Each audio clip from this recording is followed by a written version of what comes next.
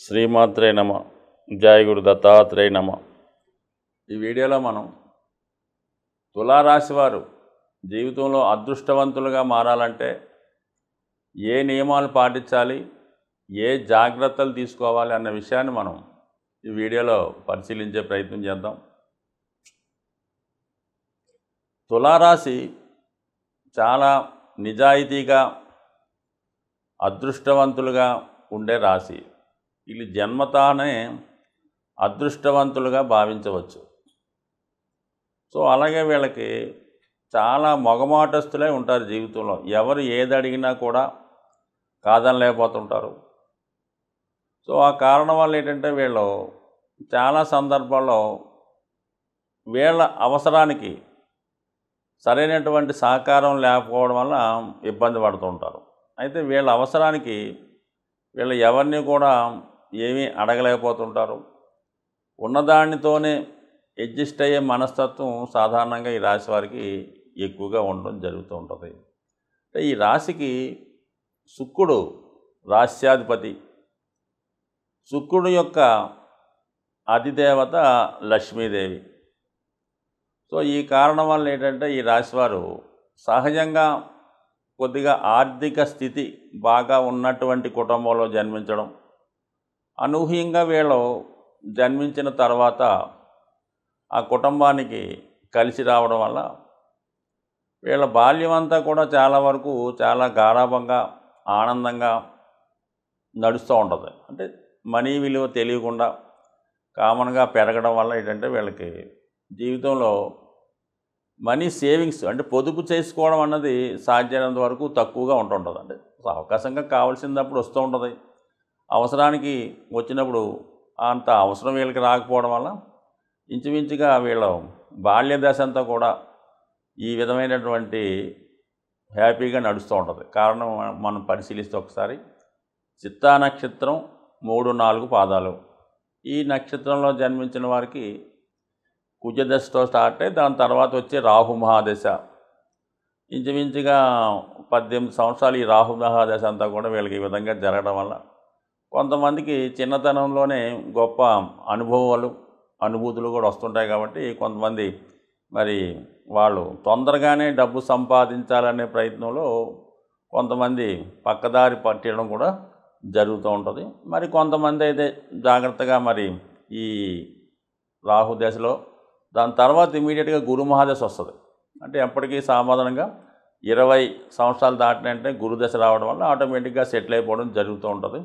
So ఏదైనా వీళ్ళకి helping nature ఎక్కువగా ఉండడం, మనీ విలువ తెలియకపోవడం వల్ల సాధారణంగా మరి వీళ్ళకి డబ్బు విలువ తెలియకపోవడం వల్ల ఎంత ఎక్కువ సంపాదించినా కూడా ఎప్పుడు ఆదాయం పెరిగినా దాన్ని మించిన ఖర్చు ఉంటుంది. 1,00,000 రూపాయల జీతంతో లైఫ్ ప్రారంభమైతే 1,20,000 ఖర్చు పెట్టి ఉంటుంది జీవితం.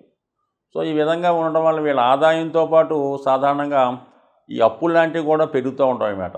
అందుకని ఏంటంటే వీళ్ళు సాధారణంగా ఏంటంటే సేవింగ్స్ అన్న ఇంపార్టెంట్గా ఈ రాశి వారు చేసుకోవడం మంచిది. కనీసం ఒక 20% 30% అన్న డబ్బు దాచుకోగలిగితే వీళ్ళకి మిడిల్ ఏజ్ రాబోతులకి అనూహ్యంగా చాలా మంచి డెవలప్మెంట్ అవ్వడం జరుగుతూ ఉంటుంది. అయితే వీళ్ళకి సాధారణంగా ఈ మిడిల్ ఏజ్లో జీవితంలో ఒకసారి మంచి ఆటుపోట్లు ఎదుర్కోవడం జరుగుతుంటుంది. అప్పుడు మధ్యలో అంటే జీవితం మధ్య భాగంలో అంటే ఈ 45-50 సంవత్సరం మధ్యలో, ఎందుకంటే వీళ్ళకి ఓ 16 సంవత్సరాలు గురు మహాదశ, 18 సంవత్సరాలు అంటే 34 అక్కడికి 34-40. దాని తర్వాత వచ్చే శని మహాదశ ఉంటుంది కదా. మరి గురువు తర్వాత వచ్చే శని మహాదశలో మరి ఆ మధ్య టైంలో అంటే 45-50 టైంలో అనూహ్యంగా బాగా పతనం అవడం, జీరో స్థాయికి రావడం జరుగుతుంది. వ్యాపార వర్గంలో ఉన్న వాళ్ళకైతే ఒక విధంగా ఉంటుంది.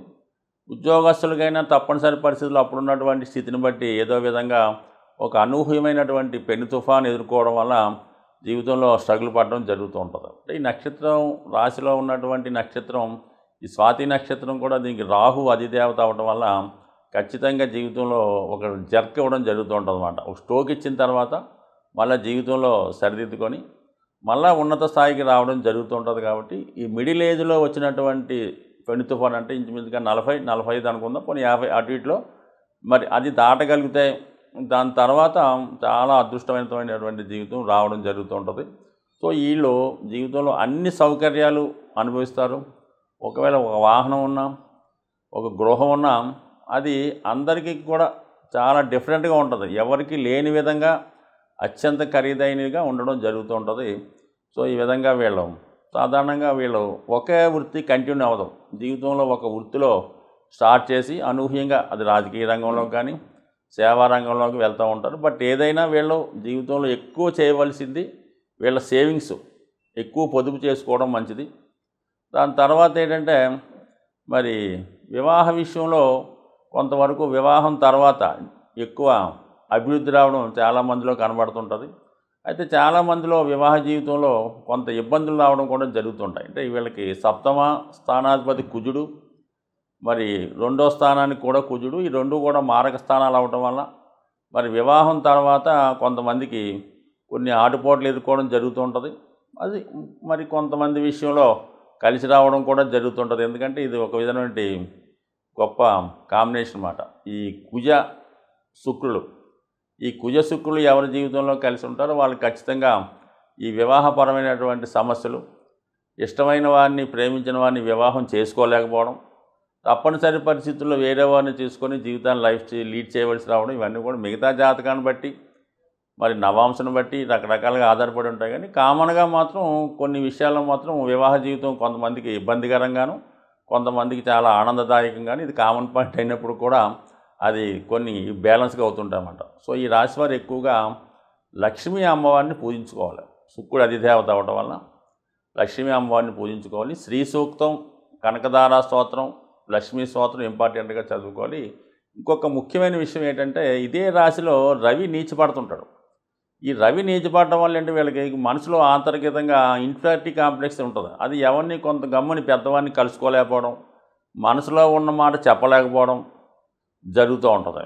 అయితే వీళ్ళు కంపల్సరీగా రవిని డెవలప్ చేసుకోవాలన్నమాట. అంటే ఖచ్చితంగా వీళ్ళు ఆదివారం రోజు నియమంగా ఉండడం, ప్రతిరోజు సూర్య నమస్కారం చేసుకోవడం వల్ల మరి ఎప్పుడైతే రవి స్ట్రెంత్ అయ్యాడో వీళ్ళు చాలా వృత్తిపరంగా చాలా ఉన్నత స్థాయికి వెళ్ళడం జరుగుతుంది. రవి ఈ రాశిలో నీచపడడం వల్ల ఉద్యోగపరంగా కూడా వీళ్ళు అధికారులతో సరైనటువంటి అవగాహన లేకపోవడం వల్ల ఉద్యోగపరమైన ఇబ్బందులు ఎదుర్కొంటూ ఉంటారు. ఎవరైతే ఉద్యోగపరమైన ఇబ్బందులు ఎదుర్కొంటారో వాళ్ళు ఖచ్చితంగా సూర్యభగవాన్ని ఆరాధించడం వల్ల కంపల్సరీగా వృత్తిలో చాలా అభివృద్ధి చెందే అవకాశం ఉంది. అలాగే శని ఇదే రాశిలో ఉచ్చ పొందడం వల్ల చాలా ప్రజాబలం వీళ్ళకి ఎక్కువగా ఉంటుంది. కాబట్టి వీళ్ళు పబ్లిక్ రిలేషన్స్ ఉన్నటువంటి వృత్తుల్లో అంటే సినిమా రంగం కానీ రాజకీయ రంగం కానీ ఈ పబ్లిక్ రిలేషన్ ఉన్నటువంటిలో చాలా బాగా రాణించగలుగుతుంటారు. అలాగే వ్యాపార పరంగా ఒక విధంగా వీళ్ళకి ఉద్యోగం కన్నా వ్యాపారమే చాలా అనుకూలంగా వస్తుంది. కానీ పొదుపు మనీ విలువ తెలియకపోవడం వల్ల ఎక్కువగా నష్టపోవడం జరుగుతుంటారు. కాబట్టి వీళ్ళ జీవితంలో డబ్బు జాగ్రత్త చేసుకోగలిగితే వీళ్ళ జీవితం ఏ రోజు లోటు రాకుండా అనుకూలంగా ఉండే అవకాశం ఉంటుంది. స్వస్తి.